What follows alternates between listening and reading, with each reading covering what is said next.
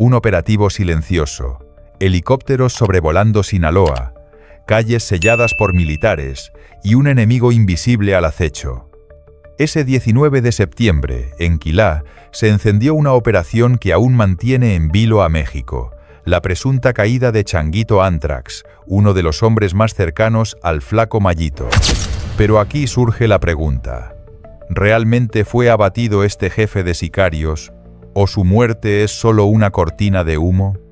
Quédate hasta el final, porque lo que vas a descubrir no solo son los detalles de este golpe, sino también cómo esta ofensiva está sacudiendo a la política y a los aliados del propio Estado mexicano. La tarde parecía tranquila en Quilá, hasta que el estruendo de hélices rompió la rutina. 4 helicópteros Black Hawk irrumpieron en el cielo del poblado, volando tan bajo que el polvo se levantaba en las calles y las láminas de zinc de las casas vibraban como si fuera un temblor. Los vecinos, confundidos, miraban hacia arriba mientras grababan con sus celulares, sin saber si estaban presenciando un simple patrullaje o el inicio de una cacería histórica. En cuestión de minutos, decenas de marinos descendieron con precisión quirúrgica. Los accesos principales fueron cerrados, las camionetas blindadas bloquearon intersecciones estratégicas y las patrullas se apostaron alrededor de la Cruz Roja local. Nadie entraba ni salía. El pueblo se convirtió en un laberinto sellado por el poder militar. La gente se refugiaba en sus casas, algunos rezaban en silencio, otros observaban tras las cortinas, conscientes de que ese despliegue solo podía tener un objetivo: un líder criminal de alto nivel. El ambiente se volvió irrespirable. Los uniformados revisaban vehículos, levantaban retenes improvisados y apuntaban con sus armas hacia cualquier movimiento sospechoso. El eco de las botas sobre el pavimento y las órdenes gritadas por radio creaban una atmósfera de tensión absoluta. Los pobladores sabían que algo grande estaba ocurriendo, pero nadie se atrevía a preguntar en voz alta. La simple presencia de esos helicópteros ya era un mensaje. El objetivo no era cualquier sicario. Y ahora te lanzo la pregunta: ¿qué sentirías tú si, de un momento a otro, tu calle se llena de militares, tus ventanas tiemblan con el rugido de helicópteros, y te das cuenta de que a solo unos metros de tu casa podrían estar cazando a uno de los jefes más temidos del narco? Mientras Quilá permanecía bajo sitio, en otras partes de México se ejecutaban operaciones casi al mismo tiempo, como si el Estado hubiera decidido dar un golpe coordinado contra el crimen organizado. En el fuerte, Sinaloa, una simple denuncia ciudadana destapó un hallazgo monumental. Una camioneta clonada con logotipos de la CFE cargaba con 300 kilos de metanfetamina, perfectamente empacados en bolsas plásticas.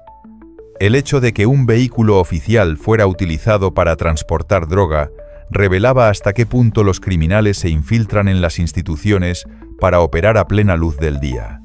Más al norte, en la comunidad de La Pitayita, Tepuche, el ejército irrumpió en un campamento que parecía salido de una zona de guerra. Entre el monte quedaron abandonados fusiles, chalecos antibalas, miles de cartuchos y hasta armamento de grueso calibre listo para disparar. Los hombres que cuidaban ese arsenal huyeron entre la maleza, pero la evidencia mostraba algo más claro. Sinaloa no esconde ya sus campos de entrenamiento, los expone como territorios donde se preparan para la siguiente batalla. En Baja California Sur, el golpe fue quirúrgico. 3 operadores ligados a la facción de los Mayos fueron capturados junto con un arsenal de armas, ponchallantas y equipo táctico. Una señal de que incluso en los rincones turísticos de México, donde muchos piensan que reina la calma, el crimen organizado ha tejido sus propias redes. Y quizá el hecho más insólito ocurrió en el Estado de México, donde las autoridades capturaron a 7 personas, entre ellas 6 extranjeros colombianos, cubanos, venezolanos y hasta un español. En el mismo operativo liberaron a un secuestrado y descubrieron dentro de la propiedad 4 leones vivos, utilizados, según versiones, como método de intimidación contra sus enemigos. Una escena tan surrealista que parecía sacada de una película, pero que refleja el nivel de brutalidad y extravagancia con el que operan estas bandas. Y ahora te pregunto, ¿estos golpes simultáneos muestran la verdadera fuerza del Estado o son solo espectáculos que maquillan una violencia que no deja de crecer?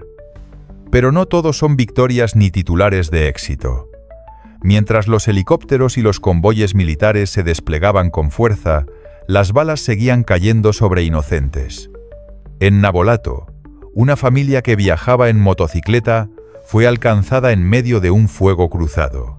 No eran criminales ni policías, solo un padre, una madre y su hijo pequeño, que quedaron atrapados en un conflicto que no era suyo. Esa es la realidad. En esta guerra, las líneas entre culpables e inocentes se borran con la misma facilidad con que se aprieta un gatillo. En Culiacán, el miedo tomó otra forma. Una secundaria amaneció vandalizada con mensajes firmados por Mayito Flaco. Las paredes rayadas, los vidrios rotos y las amenazas escritas obligaron a suspender las clases. Estudiantes y maestros tuvieron que abandonar las aulas, no por falta de recursos o por una huelga, sino porque la sombra del narcotráfico había marcado su territorio en un espacio que debería ser intocable: la escuela. El propio gobernador de Sinaloa no pudo ocultarlo más. Cientos de familias han sido desplazadas por la violencia, obligadas a dejar atrás sus casas, sus cosechas y sus recuerdos. Familias enteras que, con lo poco que pueden cargar, buscan refugio en otras comunidades, huyendo del mismo terror que dicen las autoridades estar combatiendo. La violencia no solo se mide en detenciones o decomisos, también en las huellas invisibles que deja en quienes nada tienen que ver. Y aquí te pregunto, ¿te das cuenta de cómo cada golpe al narco deja cicatrices más profundas en los inocentes que en los propios criminales? La tormenta de la violencia no se detiene en las calles ni en los pueblos olvidados. Ahora las sombras alcanzan a la política, donde nombres y cargos que deberían representar autoridad se ven manchados por acusaciones de complicidad con el crimen organizado. Lo que antes eran rumores de pasillo, hoy se ha convertido en denuncias formales que cruzan fronteras. En Estados Unidos, la diputada Hilda Araceli Brown, representante de Morena, ha sido señalada por presuntos vínculos con la facción de los Mayos. Para la opinión pública, esta revelación golpea directamente en la confianza hacia las instituciones. ¿Cómo puede un país combatir a los cárteles si algunos de sus propios representantes aparecen en las listas negras de otro gobierno? Mientras tanto, en Tabasco, la polémica crece alrededor de Hernán Bermúdez, exsecretario de Seguridad bajo el mando de Adán Augusto López. Hoy enfrenta acusaciones graves: secuestro, extorsión y la protección directa a un grupo criminal conocido como La Barredora. Documentos de investigación sugieren que durante campañas políticas se habrían pactado treguas con capos, acuerdos oscuros que garantizaban elecciones en paz a cambio de ceder territorio y poder. Y aquí surge la gran duda: ¿la política mexicana es realmente cómplice del narcotráfico o simplemente rehén de su poder? Porque si quienes deberían proteger al pueblo terminan señalados como aliados de los capos, ¿quién queda para defender a los inocentes? Mientras en México se despliegan operativos con helicópteros y fuerzas especiales, al otro lado de la frontera el discurso es aún más radical. La DEA, en informes internos, llegó a proponer ataques militares directos en suelo mexicano, algo que hace apenas unos años habría parecido impensable. La idea era simple y brutal: eliminar capos clave y destruir infraestructura del narco como si se tratara de objetivos terroristas. Aunque en su momento el Pentágono y la Casa Blanca rechazaron esa propuesta, el debate no terminó ahí. Hoy, según el New York Times, circulan borradores de ley que buscan dar a Donald Trump la facultad de declarar la guerra a los cárteles mexicanos, tratándolos de la misma manera que a grupos terroristas internacionales. Un movimiento que no solo encendería la frontera, sino que podría cambiar por completo la relación entre ambos países. El argumento de Washington es claro. Los cárteles no solo trafican drogas, también usan tácticas de terror y financian redes internacionales de violencia. Para ellos, el paso lógico es clasificarlos como enemigos de seguridad nacional. Y en ese escenario, México ya no sería visto como un aliado, sino como el terreno de batalla. Y ahora la pregunta inevitable es para ti. ¿Crees que Estados Unidos se atrevería a invadir México bajo esta justificación? ¿O se trata solo de un discurso de presión política? Y volvemos al epicentro, la presunta muerte del changuito Anthrax. Versiones extraoficiales señalan que murió ahogado en un río intentando escapar del cerco militar en Quilá. Fundador del grupo Anthrax en 2008, ligado al chino Anthrax y después al flaco Mayito, se convirtió en uno de los hombres de confianza de la facción Zambada. Ahora, su final parece haber llegado, pero hasta el momento ninguna autoridad lo confirma oficialmente. Y aquí la duda. ¿Estamos ante la caída real de un sicario histórico o ante una desaparición pactada para borrar su nombre del mapa?